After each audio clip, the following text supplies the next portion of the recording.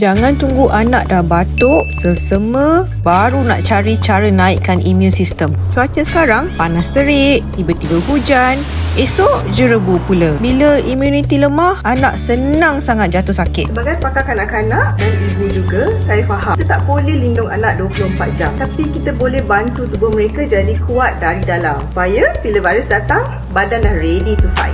1. Tidur cukup. Anak 1 hingga 2 tahun perlukan 11 hingga 14 jam tidur sehari.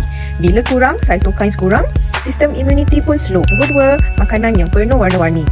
Pinggan anak mesti penuh warna-warni ya. Sayur dan buah equals to vitamin C, E dan zinc.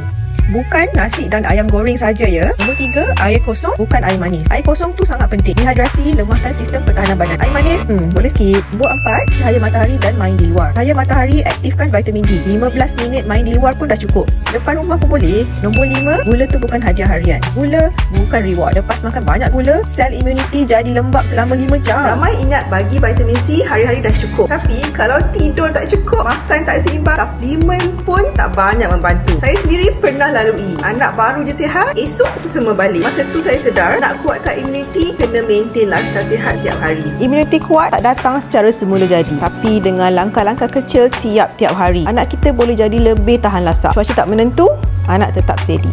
Start hari ni, satu perubahan kecil dia dah boleh buat perbezaan yang sangat besar. Follow for more tips that real moms guna hari-hari.